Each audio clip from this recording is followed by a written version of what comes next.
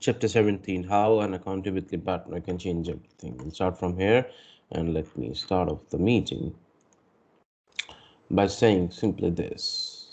Welcome to the Friday meeting of the Better Living Group. My name is Akash, and I'm eager to live a better life. We are glad you all are here. Currently, we are reading from the book by James Clear, Atomic Habits, from chapter 17, How an Accountability Partner Can Change Everything. The text to read will be shared during the meeting. Better Living Group wishes to emphasize to have a hard copy of this book. Group's preamble. The primary purpose of this group is to carry its message to the person who is eager to live a better life. We alter our lives with balanced living, a life full of manageability. There are no dues or fees for the membership. Guiding principles. Please remember to mute your microphone. This is a 45 minutes meeting, 30 minutes reading followed by sharing. No cross sharing. And I'm going to start with the reading. How an accountability partner can change everything.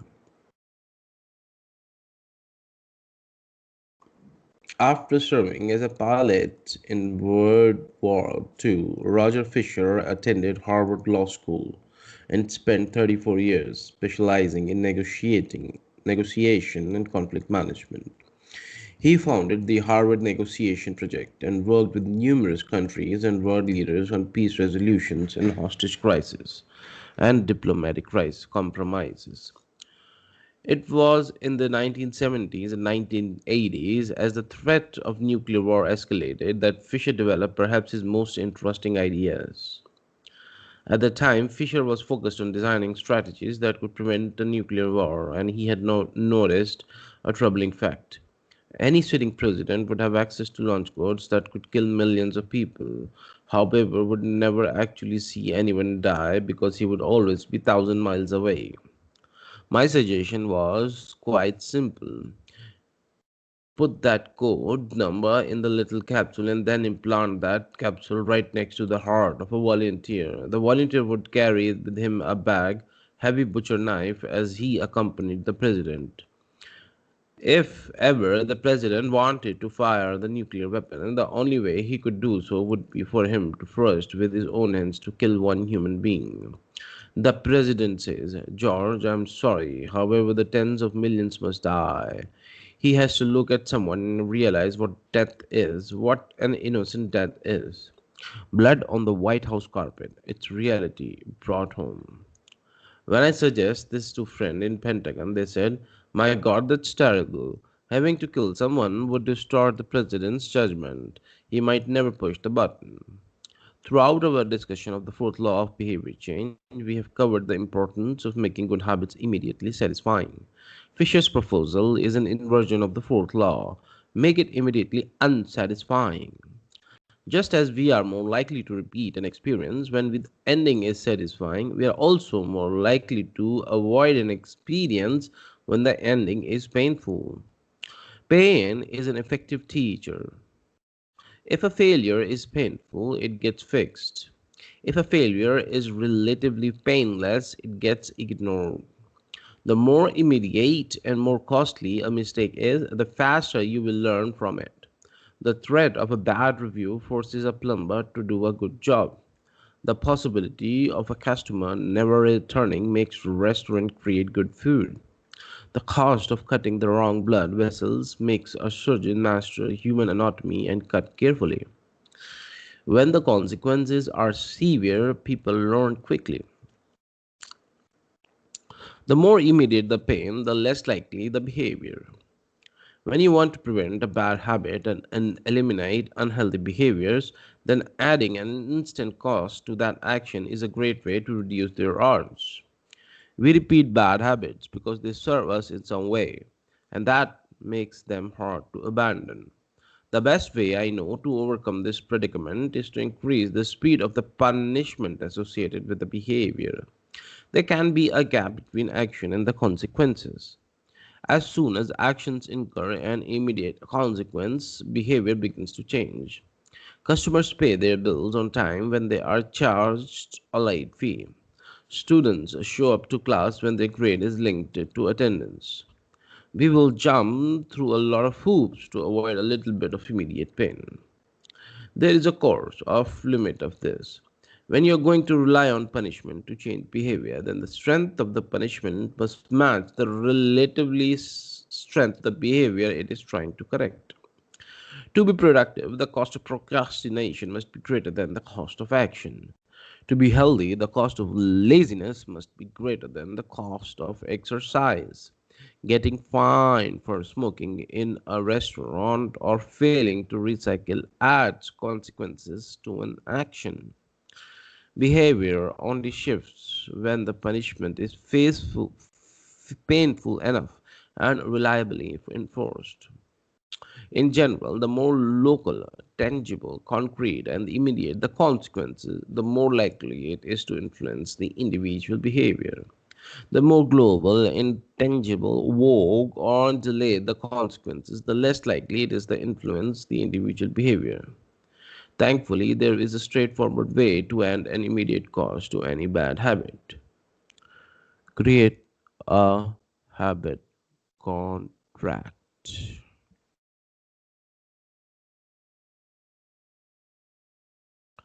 The habit contract. The first seatbelt law was passed in New York on December 1st, 1984. At the time, just 14% of the people in the United States regularly wore a seatbelt. However, that was all about to change. Within 5 years, over half of the nations had seatbelt laws. Today, wearing a seatbelt is enforceable by law in 49 of the 50 states. And it's not just the legislation. The number of people wearing the seatbelts has changed dramatically as well. In 2016, over 88% of the Americans buckled up each time they got in a car. In just over 30 years, there was a complete reversal in the habit of millions of people. Laws and regulations are an example of how government can change our habit by creating a social contract. As a society, we agree to abide by certain rules and then enforce them as a group. Whenever a new piece of legislation impacts behavior, seatbelt laws, banned smoking inside restaurants, mandatory recycling, it is an example of social contract shaping our habits. The group agrees to act in a certain way, and in case you don't follow along, you will be punished. Just as governments use laws to hold citizens accountable, you can create a habit contract to hold yourself accountable. A habit contract is a verbal or written contract in which you state your commitment to a particular habit and the punishment that will occur when you don't follow through. Then you find one or two people to act as your accountability partners and sign off the contracts with you. Brian Harris, an entrepreneur from Nashville, Tennessee, was the first person I saw put this strategy into action. Shortly after the birth of his son, Harris realizes he wanted to shed a few pounds. He wrote up a habit contract between himself, his wife, and his personal trainer. The first version read, Brian's number one objective for quarter one of 2017 is to start eating correctly so he feels better, looks better, and is able to hit his long term goal of 200 pounds at 10% body weights. Below is the statement. Harris laid out a roadmap for achieving his ideal outcome. Phase number two. Phase number one. Get back to a strict, slow carb diet in quarter one. Phase number two. Start a strict macronutrient tracking program in quarter two. Phase number three, refine and maintain the details of his diet and workout program in quarter three. Finally, he wrote out each of the daily habits that would get him to his goal. For example, write down all food that he consumes each day and weigh himself each day. And then he listed the punishment when he failed. When Brian does not do these two items, then the following consequences will be enforced. He will have to dress up each workday and each Sunday morning for the rest of the quarter. Dress up is defined as not wearing jeans, t shirts, hoodies, or shirts. He will also give Joey, his trainer, $200 to use his as he sees fit in case he misses one day of logging food. At the bottom of the page, Harris, his wife, and his trainer all signed the contract. My initial reaction was that a contract like this seemed overly formal and unnecessary, especially the signatures. However, Harris convinced me that the signing the contract was an indication of seriousness. Anytime I skip this part, he said, I start slacking almost immediately. 3 months later, after hitting his quarter one goals, the consequences escalated too. When he missed his carbohydrates and protein targets, he had to pay his trainer $100. And when he failed to weigh himself, he had to give his wife $500 to use as she saw fit. Perhaps the most painful, when he forgot to run sprints, he had to dress up for work every day and wear an Alabama hat the rest of the quarter, the bitter rival of his beloved Auburn team. The strategy worked, with his wife and trainer acting as the accountability partners and with the habit contract clarifying exactly what to do each day. Harris lost weight. To make bad habit unsatisfying, your best option is to make them painful in the moment. Creating a habit contract is a straightforward way to do exactly that. Even when you don't want to create a full blown down habit contract, simply having an accountability partner is useful. The comedian Margaret Cho writes a joke or a song every day. She does the song a day challenge with a friend, which helps them both stay accountable. Knowing that someone is watching can be a powerful motivator. You are less likely to procrastinate and give up because there is an immediate cost.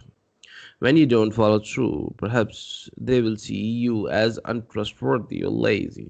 Suddenly, you are not only failing to uphold your promises to yourself, how, however, also failing to uphold your promises to others. You can even automate the process. Thomas Frank, an entrepreneur in Boulder, Colorado, wakes up at 5:55 each morning. And when he does not, he has a tweet automatically scheduled that says, it's a 6:10 and I'm not up because I'm lazy. Reply to this for $5 via PayPal, assuming my alarm didn't malfunction. We are always trying to present our best selves to the world. We comb our hair, brush our teeth, and dress ourselves carefully because we know these habits are likely to get a positive reaction.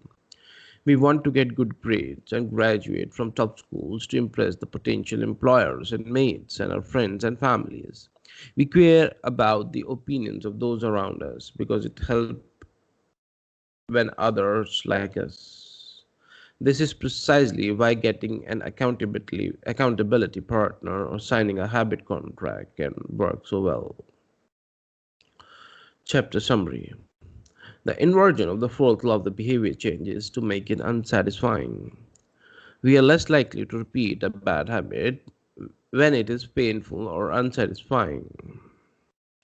An accountability partner can create an immediate cost to inaction. We are we care deeply about what others think of us and we do not want others to have a lesser opinion of us.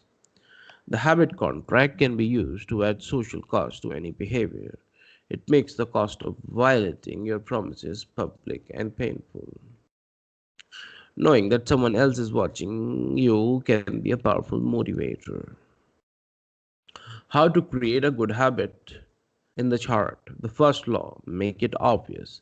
Fill out the habits scorecard. Write down your current habits to become aware of them. Use implementation intentions. I will behavior at this time in this location.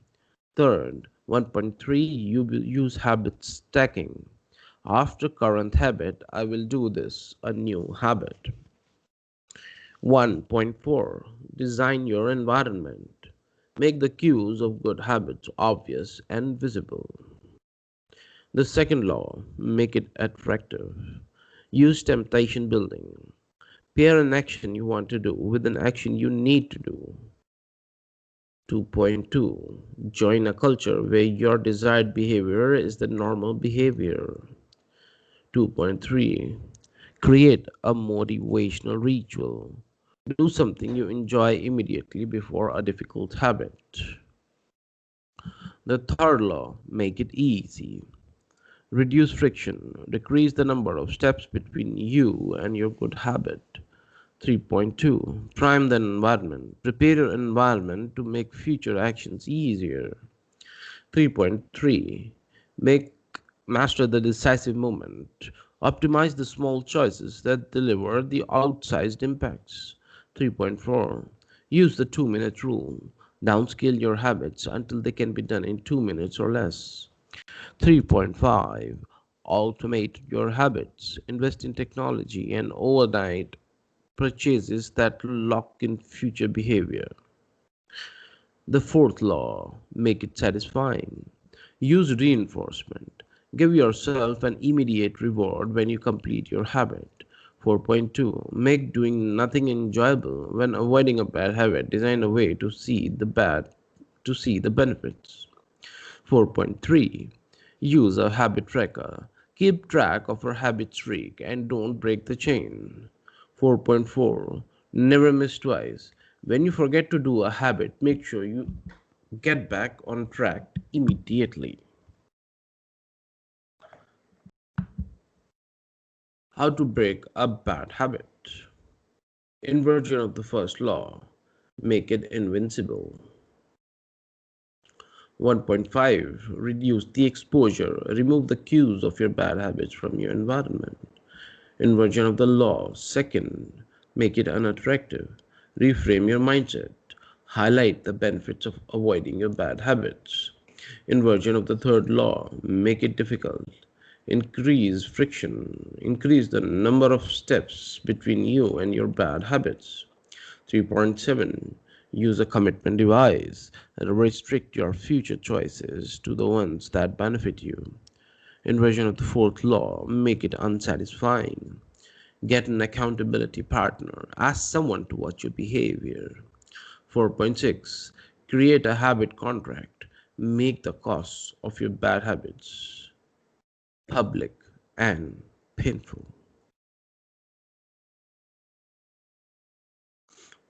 Next to read advanced text tactics, how to go from being merely good to being truly great. I'll continue from here. Thanks, Amrish. Thank you, Akash. Advanced tactics. Is my voice audible?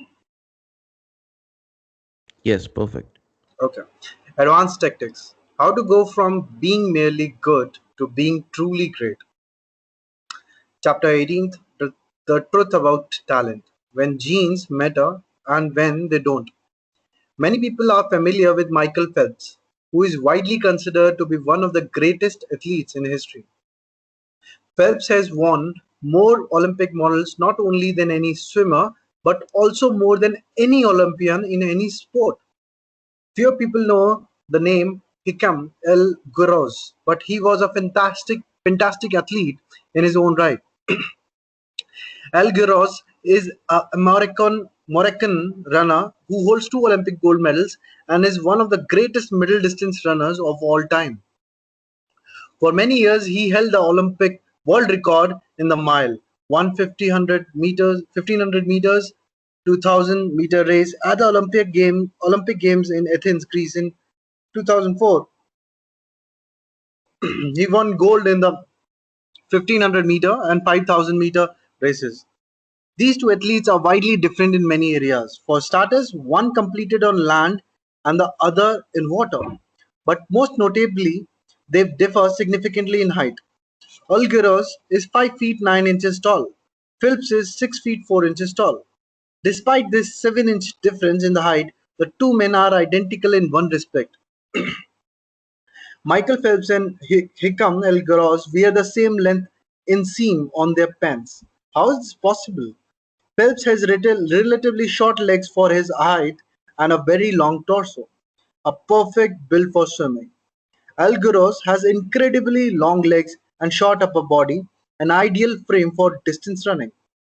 Now imagine if these world-class athletes were to switch sports. Given his remarkable athleticism, could Michael Phelps become the Olympic caliber distance runner with enough training?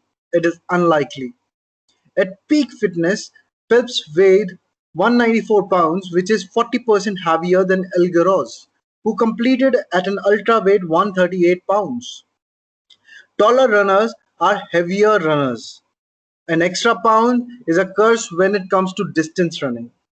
Against elite competition, Phelps would be doomed from the start. Similarly, Olgueros might be one of the best runners in the history, but it is doubtful he would ever qualify for the Olympics as a swimmer. Since 1976, the average height of Olympic gold medalist in the men's 1500-meter run is 5 feet 10 inches. In comparison, the average height of Olympic gold medalist in the men's 100-meter freestyle swim is 6 feet 4 inches. Swimmers tend to be tall and have long back and arms, which are ideal for pulling through the water. Algirus would be at a severe disadvantage before he even ever touched the pool. The secret to maximizing your odds of success is to choose the right field of competition. This is just as true with habit change as it is with sports and business. Habits are easier to perform and more satisfying to stick with when they align with your natural inclination and abilities. Like Michael Phelps in the pool or Hisham El Gurez on the track, you want to play a game where the odds are in your favor. Embracing this strategy requires the acceptance of the simple truth that people are born with different abilities. Some people don't like to discuss this fact. On the surface, your genes seem to be fixed, and it's no fun to talk about things you cannot control. Plus, phrases like biological determinism makes it sound like certain individuals are destined for success and others doomed to failure. But this is a short-sighted view of the influence of genes on behavior. The strength of genetics is also their weakness. Genes cannot be easily changed, which means they provide a powerful advantage in favorable circumstances and a serious disadvantage in unfavorable circumstances. If you want to dunk a basketball, being 7 feet tall is very useful. If you want to perform a gymnastic routine, being 7 feet tall is a great hindrance. Our environment determines the suitability of our genes and the utility of our natural talents. When our environment changes, so do the qualities that determine success. This is true not just for physical characteristics but for mental ones as well. I'm smart if you ask me about habits and human behavior, not so much when it comes to knitting, rocket propulsion, or guitar chords. Competence is highly dependent on context. The people at the top of any competitive fields are not only well trained, they're also well suited to the task. And that is why, if you want to be truly great, selecting the right place to focus is crucial. In short, genes do not determine your destiny, they determine your areas of opportunity. As physician Gabor Mate notes, genes can predispose, but they don't predetermine. The areas where you are genetically predisposed to success are the areas where habits are more likely to be satisfying. The key is to direct your efforts towards areas that both excite you and match your natural skills to align your ambition with your ability. The obvious question is, how do I figure out where the odds are in my favor? How do I identify the opportunities and habits that are right for me? The first place we will look for an answer is by understanding your personality. how your personality influences your habits. Your genes are operating benefit beneath the surface of every habit. Indeed, beneath the surface of every behavior. Genes have been shown to influence everything from the number of hours you spend watching television to your likelihood to marry or divorce to your tendency to get addicted to drugs, alcohol, or nicotine. There is a strong genetic component to how obedient or rebellion you are when facing authority, how vulnerable or resistant you are to stressful events, how proactive or reactive you tend to be, and how captivated or bored you feel during sensory experiences like attending a concert. As Robert Plomin, a behavioral geneticist at King's College in London, told me, it is now at the point where we have stopped testing to see if traits have genetic components because we literally can't find a single that is not influenced by our genes. Bundled together, your unique cluster of genetic traits predispose you to particular personality. Your personality is a set of characteristics that is consistent from situation to situation.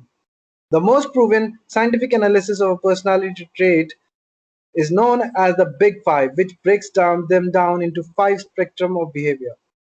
Openness to experience, from curious and inventive on one end to cautious and consistent on the other. Conscientiousness, organized and efficient to easygoing and spontaneous. Extroversion, outgoing and energetic to solitary and reversed. You likely know them as extroverts versus introverts. Agreeableness, friendly and compassionate to challenging and detached. Neuroticism, anxious and sensitive to confident, calm and stable. All five characteristics have biological underpinnings. Extroversion, for instance, can be tracked from birth. If scientists play a loud noise in the nursing ward, some babies turn toward it while others turn away. When the researchers tracked these children through life, they found that the babies who turned towards the noise were more likely to grow up to be extroverts. Those who turned away were more likely to become introverts. People who are high in agreeableness are kind, considerate, and warm. They also tend to have higher natural oxytocin levels, a hormone that plays an important role in social bonding. Increased feeling of trust and can act as natural antidepressant. You can easily imagine how someone with more oxytocin might be inclined to build habits like writing thank you notes or organizing social events.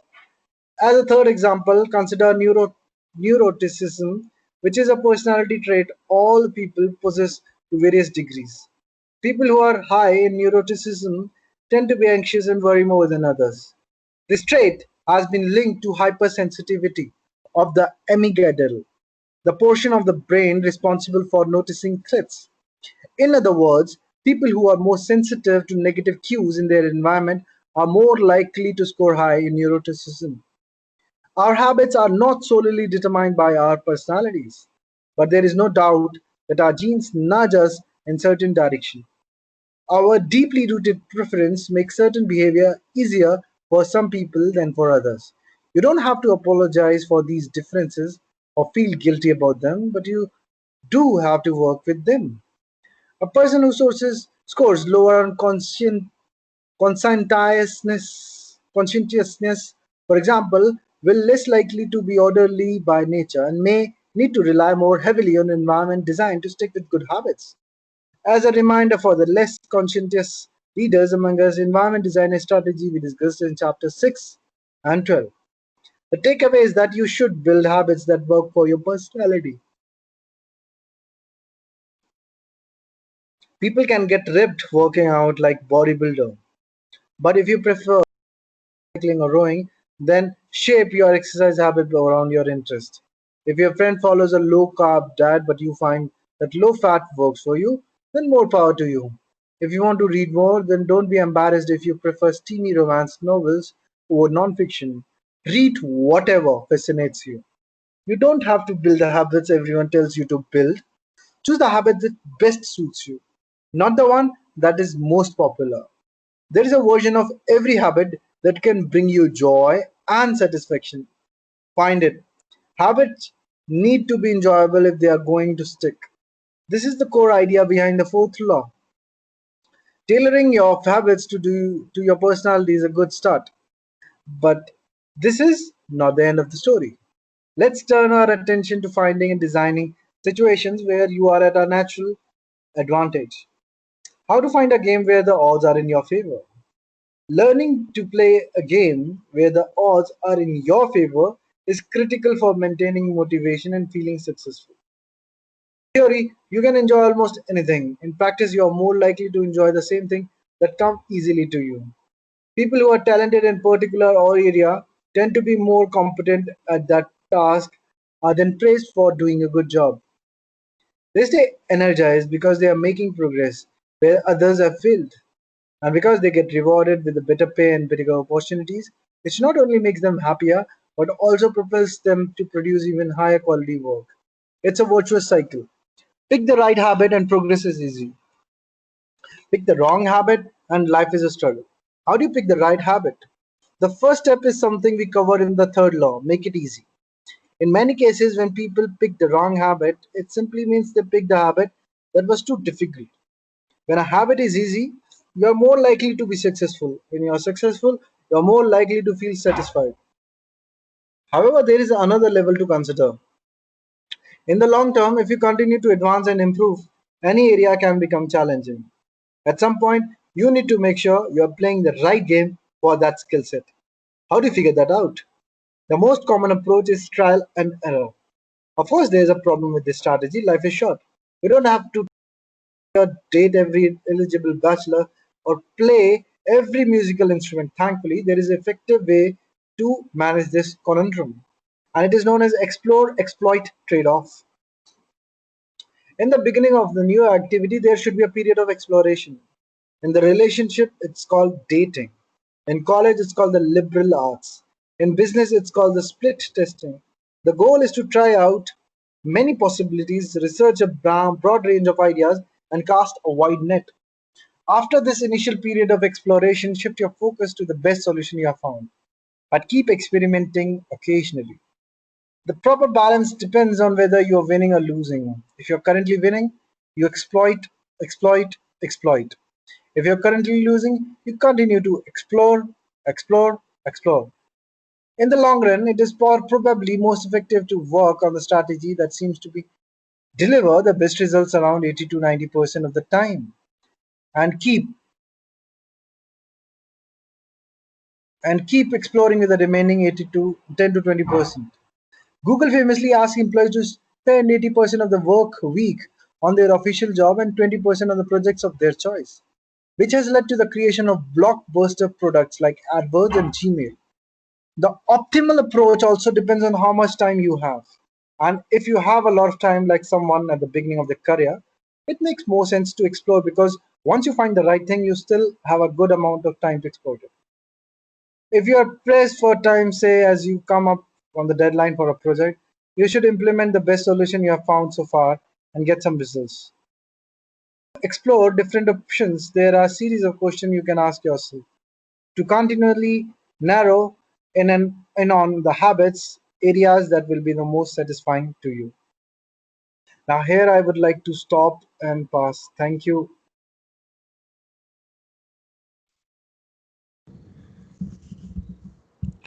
Thanks, Amarish.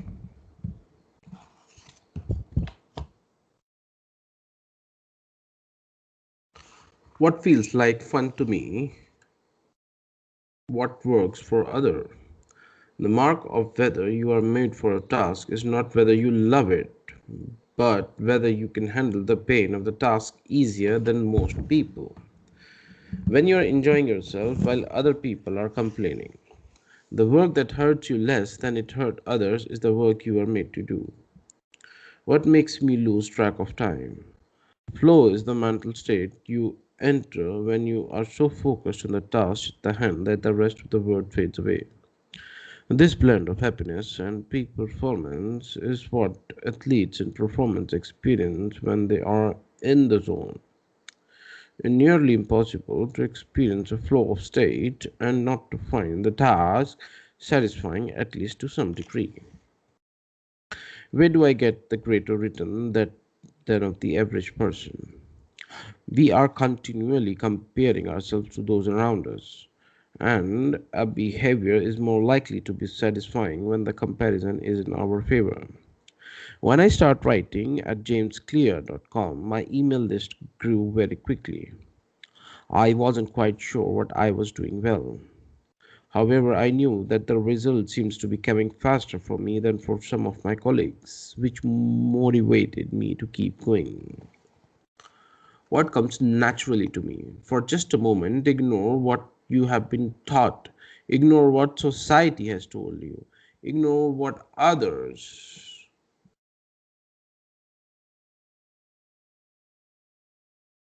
expect of you. Look inside yourself and ask, what feels natural to me? When have I felt alive? When have I felt like a real me? No internal judgments or people pleasing, no second guessing or self criticism, just feeling of engagement and enjoyment. Whenever you feel authentic and genuine, you are headed in the right direction. To be honest, some of this process is just luck. Michael Phelps and Hikam El Guraj were lucky to be born with a rare set of abilities that are highly valued by the society and to be placed in the ideal environment of these abilities. We all have a limited time on this planet. The truly great among us are the ones who not only work hard but also have the good fortune to be exposed to the opportunities that favor us. What if you don't want to leave it up on the luck? When you can't find a game where the odds are stacked in your favor, create one. Scott Adams, the cartoonist behind Dilbert, says everyone has a few areas in which they could be in the top 25% with some effort. In my case, I can draw up better than most people. However, I am hardly an artist, and I am not any funnier than the average stand up comedian who never makes it big. However, I am funnier than the most people. The magic is that few people can draw well and write jokes. It's the combination of the two that makes what I do so rare. And when you add in my business background, suddenly I had a topic that very few cartoonists can hope to understand without living it. When you can't win by being better, you can win by being different. By combining your skills, you reduce the level of competitions, which makes it easier to stand out. You can shortcut the need for a genetic advantage by rewriting the rules. A good player works hard to win the game everyone else is playing. A great player creates a new game that favors their strengths and avoids their weaknesses. In college, I designed my own major, biomechanics, which was a combination of physics, chemistry, biology, and anatomy. I was smart enough to stand out among the top physics and majors, so I created my own game. And because it suited me, I was only taking the courses I was interested in. Studying felt like a less chore. It was also easier to avoid the traps of comparing myself to everyone else. After all, nobody else was taking the same combination of classes, so who could say they are better or worse? Specialization is a powerful way to overcome the accident of bad genetics. The more you master a specific skill, the harder it becomes for others to compete with you. Many bodybuilders are stronger than the average arm wrestler. However, even a massive bodybuilder may lose at arm wrestling because the arm wrestling champ has a very specific strength. Even when you are not the most naturally gifted, you can often win by seeing the best in a very narrow category. Boiling water will soften a potato, however, harden an egg. You can't control whether you are a potato or an egg. However, you can decide to play a game where it's better to be hard or soft. When you find more favorable environment, you can transform the situation from one where the odds are against you to the one where they are in the favor. How to get most out of your genes? Our genes do eliminate the need for hard work. They clarify it, they tell us what to work hard on. Once we realize our strength, we know what to spend our time and energy. We know which types of opportunities to look for and which types of challenges to avoid. The better we understand our nature, the better our strategies can be. Biological differences matter. Even so, it's more productive to focus on whether you are fulfilling your own potential than comparing yourself to someone else. The fact that you have a natural limit to any specific ability has nothing to do with whether you are reaching the ceiling of your capabilities. People get so caught up in the fact that they have limit that they really exert the efforts required to get close to them. Furthermore, genes can't make you successful when you are not doing the work. Yes, it's possible that the ripped trainer at the gym has better genes. However, when you don't put in the same reps, it's impossible to say when you have been dealt a better or worse genetic hand. Until you work as hard as those you admire, don't explain away their success or luck. In summary, one of the best ways to ensure your habit remains satisfying over the long run is to pick behavior that align your personality and skills. Work hard on the things that seems easy, that comes easy. Chapter summary. The secret to maximizing your odds is to choose the right field of the competition. Pick the right habit and progress is easy. Pick the wrong habit and the life is a struggle. Genes cannot be easily changed, which means they provide a powerful advantage in and serious disadvantages in unfavorable circumstances. Habits are easier when they're aligned with your natural tendencies. Choose the habit that best suits you. Play a game that favors your strength. When you can't find a game that favors your strength, create one. Genes do not eliminate the need for hard work, they clarify it. They tell us what to work hard on. Thank you everybody for listening and sharing. I'm going to open the floors for share. Thanks, Akash.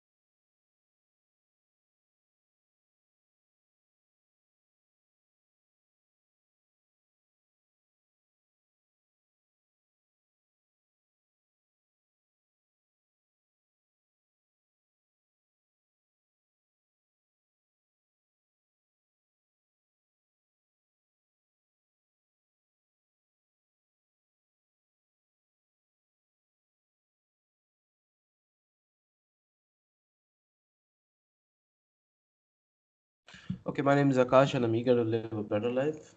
I'm super grateful. I'm thankful that I came here and read all of this, the two chapters in a go. I'm thankful to you, Amrish, that I found a new harmony with you, and it's like I'm flowing in the meeting whenever it's so perfectly coordinated and the timing. And about today's reading, it's really good. Um, it's a lot of mental protein, just the start of the day, and I kind of like it. Not just like it, I adore it. Yeah, I love this way of living that I've found and discovered with you people. And it was talking about realizing your things which you like to do and things you do effortlessly. And this is what I've been pondering about, like from last 1 year. What is the thing that I like to do, and what is the thing? Because the current job which I do is I like that doing that job also. Yes, I like the job. Yeah, and I want to keep that job because it gives a lot of structure to my life. And I know what happens to me when I don't have anybody to be accountable for my 8 to 9 hours. And I think that's a good way. However, I also know that my greatness lies with service and with community and with family. These three things are there, and I'm not yet clear. However, when I come and attend these sessions, they're the best way for me to reflect on what is my game. What is my thing? What is the thing that I do so well that nobody in the world can do, which I'm slowly developing and working on. And I don't know, whatever it is, whatever it will be. However, I come here with so much faith and believe in myself is growing every day, greater than greater. I know I'm gonna find it. I just have to keep searching. And this session is like mixing sugar and salt in the water. Everybody has been born with their flavor of sugar uh, lying at the bottom. Unless and until I don't stir it, it'll not be able to mix in the whole me. And these sessions are really stirring up what my real purpose of life is. It is lying somewhere there dormant, and it is slowly picking its pace. And I know that I'm going places, and I've been to places, and I know that I'm still have to go more places. So I'm really happy that I could read this today, and I'm gonna conclude my sharing with this very important thing that I gotta stay flexible. I gotta be very supple. I gotta be very agile in terms of achieving the greatness and manifesting my gift. Yeah, and for that, open mind is very important. Few people have open mind, and with the God's grace, um, I can always learn from everything. So I'm gonna conclude my sharing with this wonderful words by Lao Tzu. Men are born soft and supple, dead they are stiff and hard. Plants are born tender and pliant, dead they are brittle and dry. Thus, whoever is stiff and inflexible is a disciple of death. Whosoever is soft and yielding is a disciple of life. The hard and stiff will be broken, and the soft and supple will prevail. Thank you.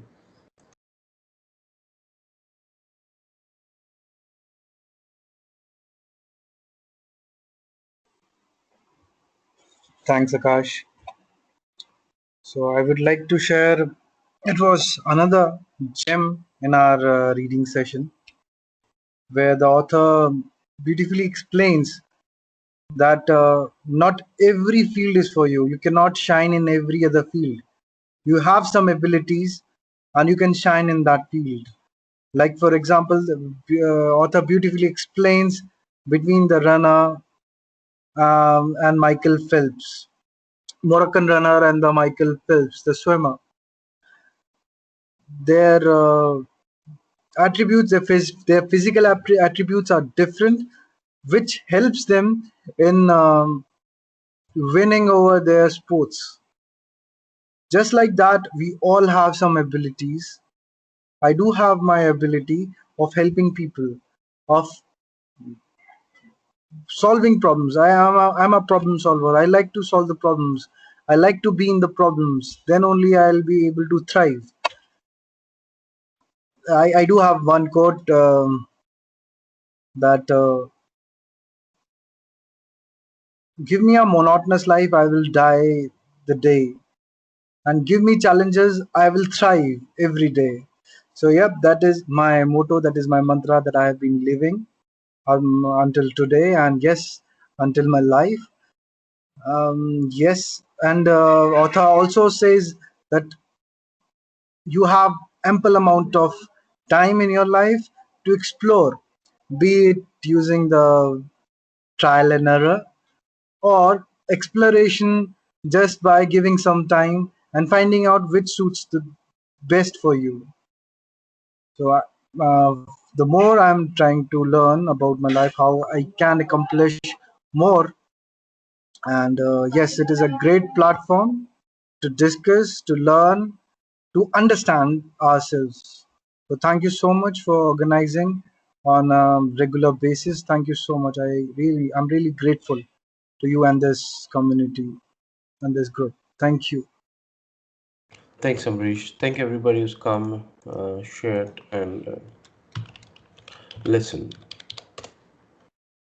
I'm gonna conclude the session. Thank you all for coming, and the next meeting of this group is on Monday, 0700 hours. Remember, we have changed the time for the meeting for about 45 minutes. Um, I pasted our favorite prayers in the chat bar. I'll take you out with the prayer of uh, being at peace. And it simply goes like this: when we are peaceful, when we are happy, we can smile and blossom like a flower. And everyone in our family or our society will benefit from our peace. And I'll also say this: Sarve bhavantu sukhina, sarve santu niramyaha, sarve bhadra pashyantu, ma phaleshu kadachane. Yeah. Thank you, Amrish. Thank you Thank so you. much. Take care. Bye. Bye.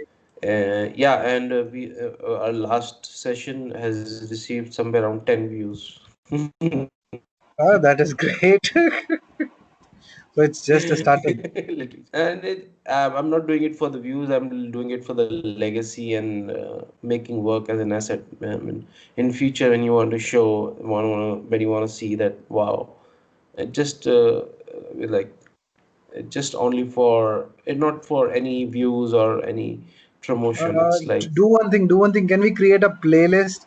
Because right now you're just uploading the videos. We can create a playlist. Let's say for Atomic Habits, one playlist, and for Better Living with Better Finances, another. So okay. that if people want to just play that Atomic Habits, they can go to the playlist like that. All right, okay. Yeah, yeah. Do you have any idea? Do you have some time? Can you do it? Yeah, sure. You can give me the access. I will do that. All right. Right. You have the ID and password, and you can log in, or Uh, I can mail it to you again. share it again. I think I missed it last time. All right. Appreciate it. Thanks for the suggestion. Yeah. Yeah. This is really good. This is called as creating the value. Yeah, Yep. this is we have created a value in the universe, and the work we are doing is we are also improving our life with this in a small way, not a big way. You can edit and do the post production, make it better. However, this is our effort to this creates value, and I really like it. So yeah, thanks. And then see you next time. Yeah. Yep. Okay. Perfect. Okay. Thank. Bye. Bye.